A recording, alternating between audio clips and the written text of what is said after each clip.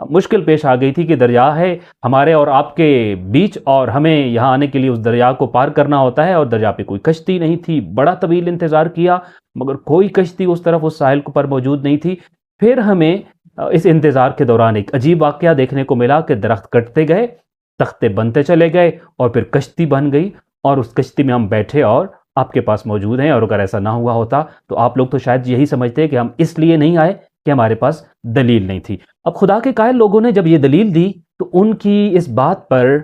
کیا رد عمل تھا؟ دادا ابو بچوں کو سنا رہے ہیں کہ ان کی اس بے تکی بات پر منکرین خدا غصے سے جھلملا اٹھے اور بادشاہ سے کہنے لگے، بادشاہ سلامت، ذرا دیکھیے تو یہ کیسے پاگل اور خپتی لوگ ہیں۔ بھلا یہ کیسے ہو سکتا ہے کہ درخت خود بخود سے کٹیں اور پھر مسافروں کے لیے ایک کشتی بن جائے؟ یہ بھلا کب ہوتا ہے؟ یہ کیسے لوگ ہیں؟ کیسی بے تکی باتیں کرتے ہیں، بے دلیل باتیں کرتے ہوتے ہیں۔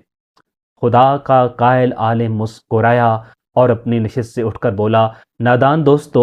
اگر تم ایک چھوٹی سی کشتی کے خود بخود بننے کو ماننے کو تیار نہیں ہو تو پھر یہ کیسے مان لیتے ہو کہ یہ عظیم کائنات جو اس چھوٹی سی کشتی سے کروڑوں گنا زیادہ پیچیدہ ہے، بغیر کسی خالق کے خود بخود وجود میں آ گئی؟ اگر کشتی کے لیے بڑھائی ضروری ہے تو کائنات کے لیے خالق کیوں نہیں؟ عالم کی اس دلیل پر پورے دربار میں مکمل سناٹا چھا گیا اور منکرین خدا حیرت زدہ ہو کر اس کا منہ دیکھنے لگے۔ وہ لاجواب اور بے بس ہو گئے اور ان کے پاس کہنے کو کچھ نہیں تھا۔ ادھر لوگوں نے آوازیں کسنا شروع کر دیں کہ عالم کی اس بات کا جواب دیا جائے وگرنہ سر جھکا کر شکست تسلیم کر لیے جائے۔ مگر دوسرا گروہ حیران و پریشان ایک دوسرے کی طرف دیکھے جا رہا تھا۔ بادشاہ نے انہیں جواب دینے کی آخری مہلت دی مگر ان کے پاس کوئی جواب نہ تھا۔ ان کی خاموشی ان کی شکست کا اعلان کر رہی تھی۔ بالآخر بادشاہ اپنے تخت سے اٹھا اور لوگوں کے سامنے آ کر اپنا ہاتھ بلند کیا اور ہاتھ بلند کر کے یہ اعلان کیا کہ خدا کے وجود کے قائل لوگ اپنا مقدمہ جیت گئے ہیں اور آج سے میری ریاست میں انہی کا مذہب سرکاری مذہب کے طور پر نافذ ہوگا۔ اور یوں خدا کے قائل لوگ اور ان کا نظریہ بادشاہ کے دربار میں فاتح ثابت ہوئے۔ یہ کہانی دادا ابو بچوں کو سنا رہے تھے، اور یہاں تک پہنچنے کے بعد بچوں کی حالت کیا تھی؟ بچے جو اب تک بالکل خاموشی سے کہانی سن رہے تھے، اس کہانی کا نتیجہ سن کر یوں خوش ہوئے جیسے آخر میں وہ خود کامیاب ہوئے ہوں، اور اپنی خوشی کا اظہار کرتے ہوئے قاسم تو یوں بول اٹھا کہ میں تو بہت خوش ہوں کہ آخر میں ہمارا گروہ کامیاب ہوا۔ فاطمہ جو ان بچوں میں بیٹھی تھی وہ جھٹ سے بولی، ہمارا گروہ کیسے؟ ہم تو وہاں موجود ہی نہیں تھے۔ قاسم، میرا مطلب ہے کہ ہماری طرح خدا کے وجود کے قائل لوگ فاتح قرار پائے اور خدا کے منکرین کو شکست ہوئی، اور اسی پر مجھے بہت خوشی ہو رہی ہے۔ اب یہاں تک جو سین ہے اور اس میں یہ کہ دادا ابو نے ایک کہانی سنائی اور اس کہانی میں خدا کے وجود قائل لوگوں نے منکرین خدا کو بڑی خوبصورت سی دلچسپ مثال کے ذریعے سمجھایا کہ تم یہ بات ماننے کے لیے تیار نہیں ہو کہ ہم دریا کے پار موجود تھے اور ایک کشتی خود بخود بن گئی اور اس کشتی میں ہم سوار ہو کر یہاں پر آ گئے ہیں، مگر تم یہ بات کتنی آسانی سے مان لیتے ہو کہ ہماری یہ کائنات، یہ سب کچھ جو ہم دیکھ رہے ہیں، یہ سارا خود بخود بن گیا ہے، جو کشتی سے کہیں زیادہ مشکل اور پیچیدہ کام ہے۔ ایسا تو ممکن نہیں، تم خود اپنی زبان سے گویا کہ کہہ رہے ہو۔ اب یہاں تک کہانی سنانے کے بعد دادا ابو بچوں سے کہتے ہیں کہ لیکن بچوں، اس واقعہ کو ایک بادشاہ کی پرانی کہانی ہی نہ سمجھیں، بلکہ اس سے یہ بات سمجھنا ضروری ہے کہ کوئی ہے جس نے اس نظام ہستی کو پیدا کیا ہے اور پھر وہی اس پوری کائنات کو چلا رہا ہے۔ یہ سب کچھ خود بخود نہیں بنا اور نہ ہی یہ سب کچھ خود بخود چل رہا ہے۔ لگتا یہ ہے کہ دادا ابو کو یہ گمان ہونے لگا تھا کہ بچے یہ نہ کہیں کہ پرانے زمانے کے بادشاہوں کی کہانیوں سے اب خدا کو ثابت کیا جانا کافی نہیں ہے، اسی لیے دادا ابو نے فوراً سے جو اگلی مثال پیش کی وہ نیوٹن کے بارے میں تھی کہ نیوٹن نے بھی کچھ اسی طرح کی ایک مثال کے ذریعے لوگوں کو خدا کے بارے میں بتایا اور سمجھایا تھا۔ اب جو ہی نیوٹن کا نام آیا تو حسن نے کہا، وہ کیسے دادا جان، ہمیں بھی تو بتائیے۔ دادا کہنے لگے، نیوٹن کے بارے میں ایک مشہور واقعہ بیان کیا جاتا ہے کہ اس نے بھی لوگوں کو یہ بات سمجھانے کے لیے کہ سورج ہمارے نظام شمسی کا مرکز ہے اور باقی تمام ستارے سورج کے گرد گھومتے ہیں، ایک سانچہ یا ماڈل بنوایا۔ اس سانچے میں چھوٹی چھوٹی گیندیں ایک تسمہ نما رسی سے بندھی ہوئی ہوتی تھیں اور اس کے ایک طرف ہینڈل لگا ہوا تھا۔ جو ہی ہینڈل کو گھمایا جاتا تو ساری گیندیں نہایت خوبصورت اور دلکش انداز میں یوں اپنے مدار میں گردش کرنے لگتی تھیں جیسے سورج کے گرد ستارے، اور عجیب بات یہ تھی کہ اس دوران ان گیندوں میں سے کوئی بھی دوسرے سے نہ ٹکراتی تھی۔ ایک مرتبہ اس کا ایک قریبی دوست جو کہ خدا کے وجود کا منکر تھا اس کے پاس آیا۔ اس نے جب یہ حیران کن سانچہ اور اس میں چلتی پھرتی گیندیں دیکھیں تو بہت حیران ہوا اور دریافت کیا کہ نظام شمسی کا یہ حیرت انگیز ماڈل کس نے تیار کیا ہے۔ نیوٹن نے کہا، یہی بات تو سب سے اہم ہے کہ اس کو کسی نے نہیں بنایا بلکہ یہ خود بخود بن گیا ہے۔ تو نیوٹن کے پاس ایک سانچہ جو دادا ابو بتا رہے ہیں، اور وہ سانچہ یا ماڈل جس کو آپ کہتے ہیں، وہ در حقیقت اس نظام شمسی کا تھا جس کے سینٹر میں سورج اور ارد گرد بالز تھیں جن کے اوپر مختلف نام رکھے ہوئے تھے، جیسے کہ ارتھ اور مارس اور یہ سارے نام۔ اور اب جب وہ اس کو ایک ہینڈل کے ذریعے گھماتا تو یہ سارے ستارے جو تھے وہ سورج کے گرد گھومنے لگ پڑتے اور ایسے لگتا جیسے نظام شمسی کو ڈپکٹ کیا جا رہا، اس کی کاپی کی جا رہی اور اس کو سمجھایا جا رہا ہو۔ تو ایک مرتبہ اس کو دوست جب یہ ماڈل دیکھتا ہے تو اسے پوچھتا ہے کہ یہ کس نے اتنا حیران کن اور بہترین ماڈل تیار کیا ہے؟ نیوٹن کا جواب تھا، خود بخود بن گیا ہے۔ جس پر اس کے دوست نے کہا لگایا اور کہنے لگا، کیا آپ مجھے پاگل سمجھتے ہیں کہ آپ کی بات کا یقین کر لوں؟ تم ہی بتاؤ بھلا یہ سانچہ خود بخود کیسے بن سکتا ہے؟ دیکھو دوست، اس کو کسی انتہائی قابل اور ماہر ترین شخص نے بنایا ہوگا۔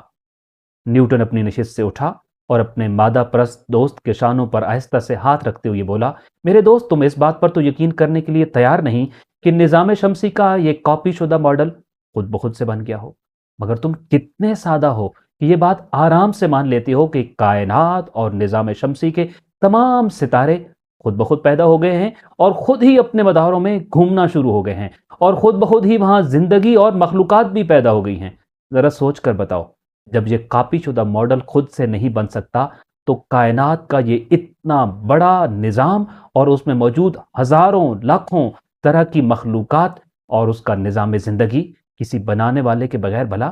کیسے وجود میں آ سکتا ہے؟ یہ سن کر نیوٹن کا دوست شرمندہ ہوا اور لاجواب ہو کر رہ گیا۔ تو دادا ابو نے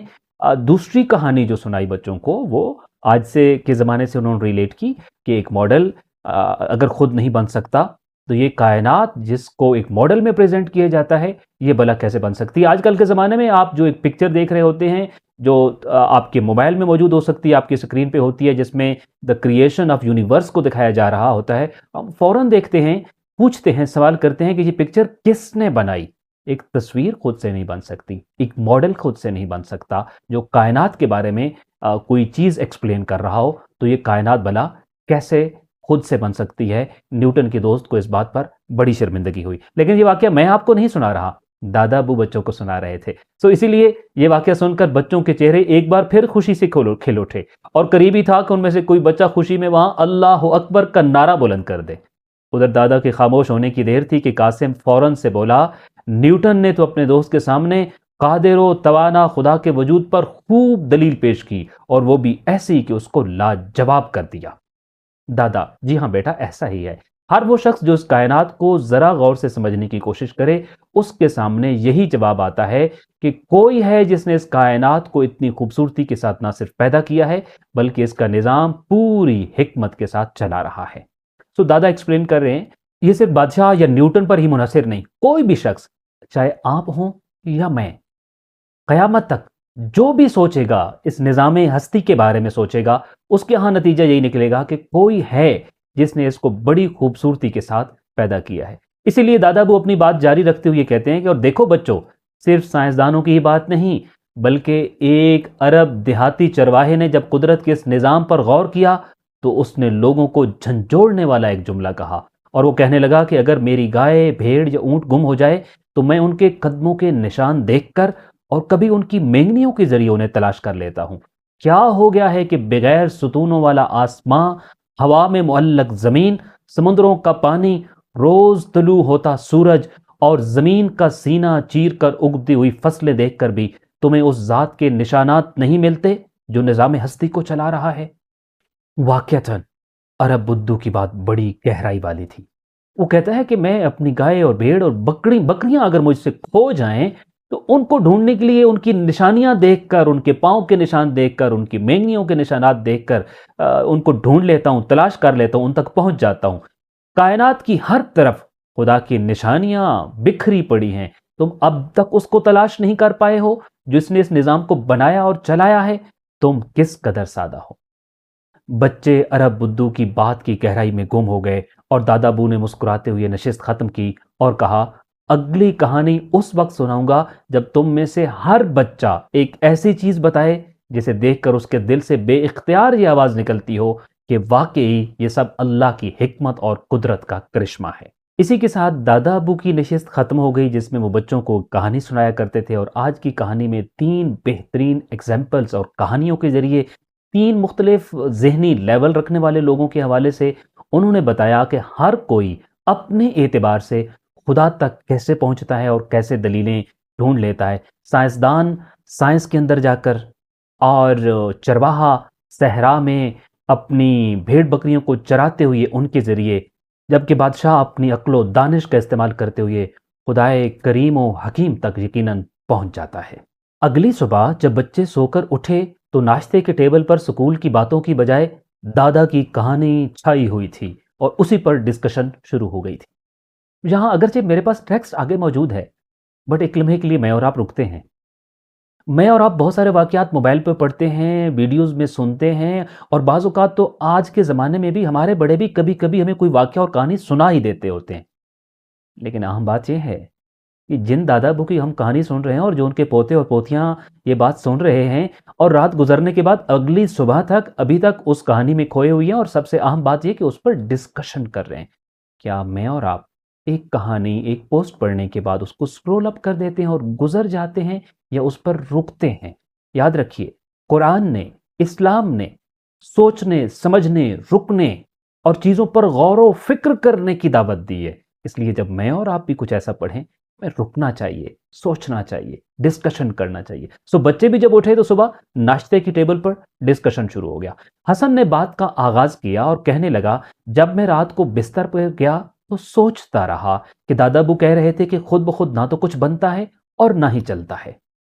اب ایک اور بات جو میرے اور آپ کے لیے اس کہانی میں پیغام کی صورت میں موجود ہے۔ حسن کہانی تو ختم ہو گئی، اپنے بستر پر چلا گیا، بٹ خاموش نہیں۔ اس کا ذہن کام کر رہا تھا، سوچ رہا تھا جو کچھ اس نے پڑھا تھا، بلکہ ریسنٹلی جو کچھ اس نے سنا تھا اس پہ اس کا ذہن ورکنگ کر رہا تھا۔ مجھے اور آپ کو بھی جب ہم جا رہے ہوتے ہیں، دن بھر کی جو سب سے بہترین چیز ہم نے جانی ہوتی ہے اور جس نے ہمارے نالج میں اور ہمارے شعور میں اضافہ کیا ہوتا ہے، رات کا وقت بہترین وقت ہوتا ہے کہ ہم اس پہ سوچتے چلے جائیں، اور پھر اس کے بعد جب ہم نیند میں جائیں گے تو یقیناً ہماری نیند بھی بڑی بابرکت ہوگی اور بہت سارے نئے چیپٹرز ہماری زندگی میں کھلیں گے۔ حسن یہ کہتا ہے کہ میں جب رات کو سونے گیا تو یہی چیز سوچتا رہا۔ رات کو میرے ذہن میں ایک سوال آتا رہا۔ دادا ابو کہہ رہے تھے کہ کچھ بھی خود بخود نہیں ہوتا، مگر ہمارا دل تو خود بخود دھڑکتا ہے، کھانا بھی خود ہضم ہوتا ہے، اور جب ہم سو جاتے ہیں تو سانسیں بھی خود ہی چلتی رہتی ہیں۔ ہم تو ان میں سے کوئی کام خود سے نہیں کرتے، تو پھر کیا یہ نہیں کہا جا سکتا کہ کائنات بھی یوں ہی خود بخود چل رہی ہے؟ بڑا ویلڈ کوسچن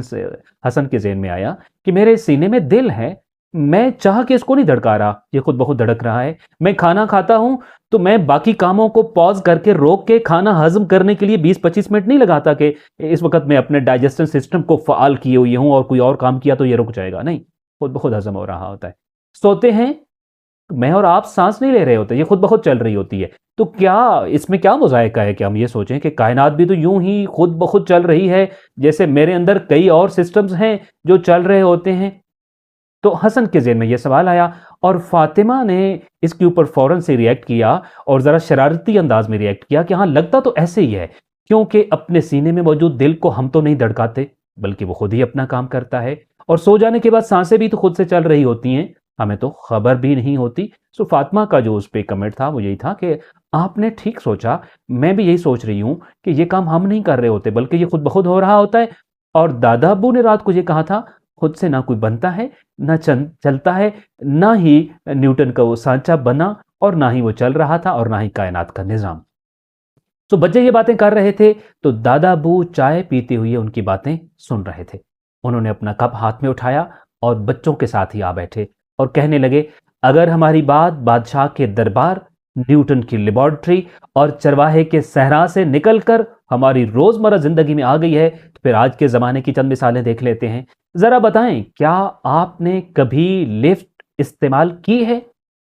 اب دادا ابو بھی اتفاقاً یہ باتیں سن رہے تھے کہ ان کی رات کی کہانی جو سنائی گئی ہے اس پہ ابھی تک ڈسکشن جاری ہے، اس لیے انہوں نے بھی آ کے بچوں کو جوائن کر لیا، اور انہوں نے کہا کہ بادشاہ کا دربار اور پھر نیوٹن کی لیبارٹری اور چرواہے کا صحرا تو میں نے بتائے تھے، اور اگر بات وہاں سے نکل کر آپ کی پریکٹیکل لائف میں آ گئی ہے تو چلیں پھر آج کی پریکٹیکل لائف کی چند مثالوں پر ہی غور کر لیتے ہیں۔ سو اینی بڈی جس نے ایلیویٹر یوز کیا ہو، لفٹ استعمال کی ہو، بچوں سے وہ یہ سوال کرتے ہیں۔ فاطمہ کہتی ہے کہ جی ہاں دادا، کیا آپ بھول گئے ہیں جب ہم آپ کے ساتھ کسی مریض کو دیکھنے کے لیے ہسپتال گئے تھے تو لفٹ پر ہی ہم تیسری منزل پر پہنچے تھے؟ دادا کہتے ہیں جی بالکل، آپ نے خوب یاد رکھا ہوا ہے۔ اب یہ بتائیں کہ کیا لفٹ کا بٹن دبانے پر لفٹ خود بخود نہیں چلتی؟ اب چونکہ ماڈرن ایگزامپلس کو آنا چاہیے تھا اور آ گئی ہیں، اور انشاءاللہ تعالیٰ آپ بھی اس کو یقینی طور پر ریلیٹ کر رہے ہوں گے چیزوں کو، تو ہم میں سے ہر ایک نے تقریباً لفٹ استعمال کی ہوئی ہے۔ تو یہ ایلیویٹر کا بٹن دباتے ہیں، فرض کیجیے ہم نے تیسری منزل پر جانا ہوتا ہے تو ہم نے ایک بٹن دبایا اور اس کے بعد ہم بیٹھ جاتے ہیں۔ نہ تو ہم اس لفٹ کو یا ہم میں سے کوئی شخص اوپر کھینچ رہا ہوتا ہے، نہ ہی اس لفٹ سے باہر کوئی شخص بیٹھا ہوتا ہے جو کسی رسے کی مدد سے ہمیں اوپر کھینچ رہا ہو اور ہم اوپر جا رہے ہوں، بلکہ وہ خود بخود ہی چل رہی ہوتی ہے۔ دادا ابو کو سوال یہ تھا اور فاطمہ نے اس پہ تھوڑا سوچتے ہوئے جواب دیا، جی ہاں بالکل سادہ سی بات ہے، ہم بٹن دباتے ہیں اور لفٹ اوپر چلی جاتی ہے۔ تو دادا سوال کرتے ہیں کیا وہ خود بخود چلتی ہے یا اس کے پیچھے کوئی نظام ہے؟ اب سوال یہ ہے اصل میں کہ جو لفٹ چل رہی ہوتی ہے، جس کی ایگزامپل دادا ابو پیش کر رہے ہوتے ہیں، کیا یہ خود سے چلتی ہے یا اس کے پیچھے بھی کوئی نظام ہے؟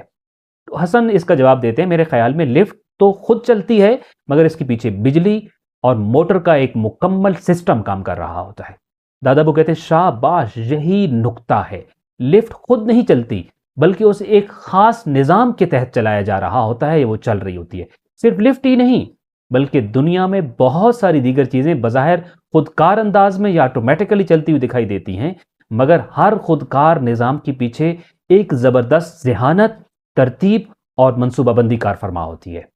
سو دادا ابو نے یہ ایکسپلین کیا کہ جیسا کہ آپ لوگ خود کہہ رہے ہیں کہ جس لفٹ کو ہم استعمال کرتے ہیں یہ در حقیقت خود بخود نہیں چل رہی ہوتی بلکہ اس کے پیچھے الیکٹریسٹی ہوتی ہے، اور پھر ایک پورا سسٹم ہوتا ہے، ایک سافٹ ویئر ہوتا ہے جو اس کو کام کرا رہا ہوتا ہے، پھر اس کے اندر کچھ مشینری ہوتی ہے جو اس سافٹ ویئر کے ذریعے، اس سسٹم کے ذریعے متحرک ہوتی ہے، اور ہم یوں لفٹ کے ذریعے اوپر نیچے کی منزلوں پر آسانی سے آتے اور چلے جاتے ہیں۔ سو صرف لفٹ ہی کی بات نہیں ہے بلکہ دنیا میں جہاں کہیں بھی ہمیں کوئی چیز خود بخود نظر آتی ہے یا ہم دیکھتے ہیں آٹومیٹیکلی ہو رہا ہے، تو آٹومیٹیکلی کا مطلب یہ ہوتا ہے کہ دیر از سم تھنگ بیہائنڈ دس، اس کے پیچھے کچھ ہے، اور جو اس کے پیچھے ہے وہ عام چیز نہیں ہے۔ آٹومیٹیکلی چیز کی پیچھے چلنے والی چیز نہایت ذہین اور عقل مند سافٹ ویئر ہے، اور کوئی ہستی ہے، کوئی ذات ہے، ایک ترتیب ہے اور ایک منصوبہ بندی، اور اس کے بعد یہ پورا سسٹم کام کر رہا ہوتا ہے۔ سو دادا ابو اپنی بات کو مزید آگے سمجھاتے ہوئے کہتے ہیں کہ ہمارا دل، دماغ اور میدا بھی اللہ کے بنائے ہوئے وہی خودکار سسٹم ہے۔ کیونکہ سوال یہی تھا، دل خود سے دھڑکتا ہے، میدا خود سے کھانا ہضم کرتا ہوتا ہے، سانسیں خود سے چل رہی ہوتی ہیں، اور دماغ بھی بہت ساری چیزوں پہ خود سے ری ایکٹ کر رہا ہوتا ہے۔ تو دادا ابو نے یہ بتایا کہ یہ بیسیکلی سسٹمز ہیں، اور یہ خودکار سسٹم ہیں، یہ خود بخود نہیں بن گئے بلکہ اللہ نے ان کے پیچھے ایک باقاعدہ نظام اور حکم رکھا ہے جو ہماری مداخلت کے بغیر انہیں رواں رکھتا ہے، بالکل ایسے ہی جیسے بٹن دبانے کے بعد لفٹ ہماری مداخلت کے بغیر ہی ہمیں اوپر لے جاتی ہے۔ لفٹ کا بٹن دبایا اور وہ اوپر لے جاتی ہے، ہماری کوئی مداخلت نہیں ہوتی۔ ایسے ہی یہ جو ہمارا دل ہے جو دھڑکتا ہے اور خون پمپ کرتا ہوتا ہے، اور اسی طریقے سے ہمارا نظام انہضام ہے یا نظام تنفس ہے، یہ سارے سسٹمز ہیں، اور خالق کائنات ان کو فعال کرنے والا ہے، اور ان کے پیچھے چلنے والا پورا نظام ان کو چلا رہا ہوتا ہے، یہ خود بخود نہیں چل رہے ہوتے۔ دادا ابو کی بات مکمل ہونے کی دیر تھی کہ قاسم فوراً سے اور بڑے پرجوش انداز میں بولا کہ اور جیسے پنکھے یا اے سی کا بٹن دباتے ہی وہ ہوا دینا شروع کر دیتے ہیں، بالکل ایسے ہی کھانا کھانے کے بعد ہمارا میدا اور دیگر ہمارے سسٹمز اپنے اپنے وقت پر یوں ہی فعال رہتے ہیں۔ تو دادا کہتے ہیں ارے واہ، آپ لوگ تو اس بات کو خوب سمجھ گئے ہیں اور اپنے ارد گرد کی مثالوں کے ذریعے اس کی وضاحت بھی کر رہے ہیں۔ قاسم نے بالکل ٹھیک کہا ہے کہ پنکھا بظاہر خود ہی چل رہا ہوتا ہے مگر در حقیقت اس کے پیچھے موٹر اور بجلی کا نظام اس کو چلا رہا ہوتا ہے۔ ایسے ہی ہمارا نظام تنفس جس کو ہم ریسپیریٹری سسٹم کہتے ہیں، نظام جس کو ڈائجسٹو سسٹم کہتے ہیں، اور نظام دوران خون یعنی سرکولیٹری سسٹم ہیں، یہ ہمارے جتنے بھی جسم میں اس طرح کے دیگر نظام ہیں جو بظاہر خود چل رہے ہوتے ہیں لیکن اصل میں ان کے پیچھے ایک پوری فعال اور متحرک مشینری ہوتی ہے۔ البتہ یہاں ایک دلچسپ فرق ہے، جیسے پنکھا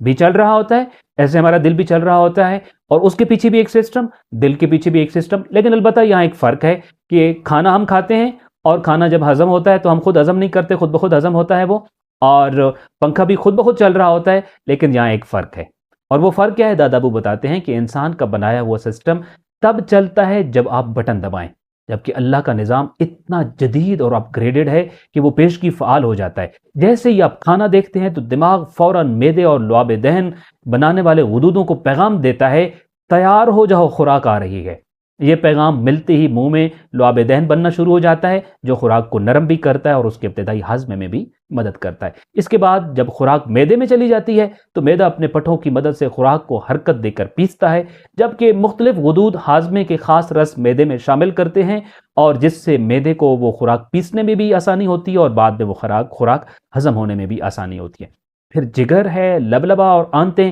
اپنا اپنا کام انجام دیتے ہیں، جہاں تک کہ غذا خون بن کر ہمارے جسم کو توانائی دینے لگتی ہے اور جسم کا باقاعدہ طور پر حصہ بن جاتی ہے۔ یہ ایک پوری کیمیا گری ہے جو آپ کی مرضی کے بغیر ایک ماہر انجینئر کی طرح کام کرتی ہے۔ بظاہر یہ سب کچھ خود بخود ہوتا دکھائی دیتا ہے، مگر حقیقت میں اس کے پیچھے دماغ، اعصاب، کیمیائی مادوں، پٹھوں اور مختلف اعضاء کا ایک نہایت متحرک اور حیرت انگیز نظام کام کر رہا ہوتا ہے، جس کا بنانے والا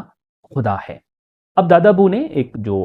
اور مثال پیش کی ان کے سامنے کہ جو اب ہم کھانا کھا رہے ہوتے ہیں تو پنکھے کے پیچھے آپ کو معلوم ہے کہ بجلی ہے اور اس کے پیچھے موٹر ہے اور اس کے پیچھے پورا سسٹم ہے۔ ایسے ہی جس کھانے کو آپ سمجھ رہے ہیں خود بخود ہضم ہوتا ہے، اس کے پیچھے بھی پورے سسٹمز ہوتے ہیں جو خالق کائنات کے حکم سے فعال ہوتے ہیں، اور اس نے یہ سسٹمز بنائے ہیں۔ کھانا خود سے ہضم نہیں ہو رہا ہوتا، بلکہ یہ پورا سسٹم اور پورا نظام اس کھانے کو ہضم کر رہا ہوتا ہے۔ بچے حیرت سے سن رہے تھے۔ دادا نے اپنی بات سمیٹتے ہوئے کہا، دیکھو بچوں، کائنات بھی بالکل اسی طرح ہے، جس میں بظاہر سورج خود بخود نکلتا ہے اور ڈوب جاتا ہے، بادل بنتے ہیں اور خود بخود ہی بارش برسا دیتے ہیں، ہلال یعنی چاند طلوع ہوتا ہے اور پھر خود سے پورا چاند بن جاتا ہے، بیج اگتے ہیں اور خود بخود درخت بن جاتے ہیں، مگر ان کے پیچھے اللہ کی حکمت کا ایک لامتناہی نظام کام کر رہا ہوتا ہے۔ جو چیزیں ہمیں خود بخود نظر آ رہی ہیں ان کے پیچھے ایک سسٹم ہے، اور سوال یہ ہے وہ سسٹم بنانے والا کون ہے؟ اور وہ سسٹم بنانے والا خدا ہے۔ بچے اب پوری طرح قائل ہو چکے تھے اور انہیں محسوس ہو رہا تھا کہ دنیا میں جو چیزیں بظاہر خود بخود ہوتی ہوئی دکھائی دیتی ہیں ان کے پیچھے بھی ایک عظیم اور منظم نظام کام کر رہا ہوتا ہے۔ اسی لیے سب نے بیک وقت پکار کر کہا، بے شک یہ صرف خدا کے حکم اور حکمت سے ہی ہو رہا ہوتا ہے، یہ اسی کی قدرت کا کرشمہ ہوتا ہے۔ اسی کے ساتھ ہمارا یہ آج کا سبق یہاں تک اختتام پذیر ہوتا ہے، اور ہم نے آج کے سبق میں مختلف جدید و قدیم مثالوں کے ذریعے یہ جانا کہ جو چیزیں ہمیں بظاہر یہ نظر آتی ہیں، جن کے بارے میں یہ کہا جا سکتا ہے کہ خود بخود ہو رہی ہیں، یہ خود بخود نہیں ہو رہی ہوتی۔ ہر چیز اللہ کی نشانی کے طور پر ہمارے سامنے ہوتی ہے، اور اس کے ذریعے ہم خدا تک پہنچ سکتے ہیں کہ کوئی ہے جس نے اس کو اتنی بہترین طریقے سے اور اتنی بڑی تدبیر کے ساتھ بنایا اور پھر اس کو چلا رہا ہے۔ اس کے بعد کچھ ایکٹیویٹیز ہیں آپ کے لیے۔ ہم چاہتے ہیں کہ کلاس کے بعد انشاءاللہ تعالیٰ ان بچوں کی طرح آپ اور ہم سب سوچیں، ڈسکشن کریں، اور اس موضوع کے اوپر جتنے بھی ہمارے پاس سوالات آتے ہیں انشاءاللہ تعالیٰ آپ کے پاس گروپس بن چکے ہوں گے یا ابھی جلدی بن جائیں گے، اس پہ آپ اپنے سوالات ہمیں بھیجیں گے اور ان سوالات کے جوابات بھی آپ حاصل کریں گے۔ اور اگر ہم تک نہیں بھیجنا چاہتے تو ظاہر ہے جو خود سوال ہوتا ہے، سوال کرنا ہی نصف علم ہوتا ہے، تو اگر آپ اس طرح سوچیں گے، ڈسکشنز کریں گے، نئے نئے سوالات پیدا ہوں گے اور وہ سوال ہی خود گویا کہ آدھا علم ہوں گے۔ آج کی ایکٹیویٹیز میں سے پہلی ایکٹیویٹی یہ ہے کہ کیا گائے خود بھوسے اور چارے سے ایک طرف تو سفید دودھ جبکہ دوسری طرف سرخ خون بنا رہی ہوتی ہے؟ اگر نہیں تو وہ کون ہے جو اس کے اندر یہ نظام پیدا کرتا ہے، جس کو معلوم ہے کہ چارے کے کن اجزاء سے دودھ اور کن اجزاء سے خون بنانا ہے؟ ہم نے عرض کیا تھا آپ بہت ساری چیزوں کو دیکھیں گے تو یقینی طور پر سوچیں گے، اور پہلی ایکٹیویٹی یہی ہے۔ آپ اس ایکٹیویٹی سے ہٹ کر بھی مختلف چیزیں سوچ سکتے ہیں کہ میرے باغ میں سب کو میں ایک ہی پانی دیتا ہوں، ایک جیسی کھاد دیتا ہوں، مگر کچھ پودے میٹھا پھل دیتے ہیں اور کچھ ترش اور کچھ کڑوا، ایسا کیوں؟ کون ہے جس نے اس کے پیچھے یہ پورا سسٹم رکھا ہے؟ اور خاص طور پر پودوں کے حوالے سے تو یہ بھی سوچئے گا، ایک چھوٹے سے بیج کے اندر کتنی بڑی حیات اور کتنا بڑا سافٹ ویئر سمویا ہوتا ہے جو اس بیج کو جو اس درخت کو اور اس پھل کو ایک مکمل انجام تک پہنچانے کے لیے قدرت کے نظام کے تحت کام کرتا ہوتا ہے۔ اور دوسری ایکٹیویٹی آج کی ہماری یہ ہے کہ آپ اپنی زندگی میں کوئی سی دو چیزیں بتائیں کہ جن کے کام کرنے کا طریقہ دیکھ کر آپ کے دل سے بھی بے ساختہ یہ جملہ نکلا ہو کہ بے شک یہ سب کچھ صرف خدا کے حکم اور حکمت سے ہو رہا ہے۔ امید کرتے ہیں انشاءاللہ تعالیٰ اس چیپٹر کے بعد ہم اس کائنات پر اور زیادہ خوب غور و خوض کریں گے، اور اللہ نے اس کائنات پر غور و خوض کرنے کی دعوت بھی دے رکھی ہے۔ انشاءاللہ اس کائنات پہ ہم جتنا غور کرتے چلتے چلے جائیں گے، اتنا ہی خدا کی حکمت اور نشانیوں کو سمجھتے چلے جائیں گے اور اپنی معرفت میں اضافہ کرتے چلے جائیں گے۔ اسی کے ساتھ آج کے اس چیپٹر کا اختتام ہوا۔ اپنا خیال رکھیے گا، بہت شکریہ۔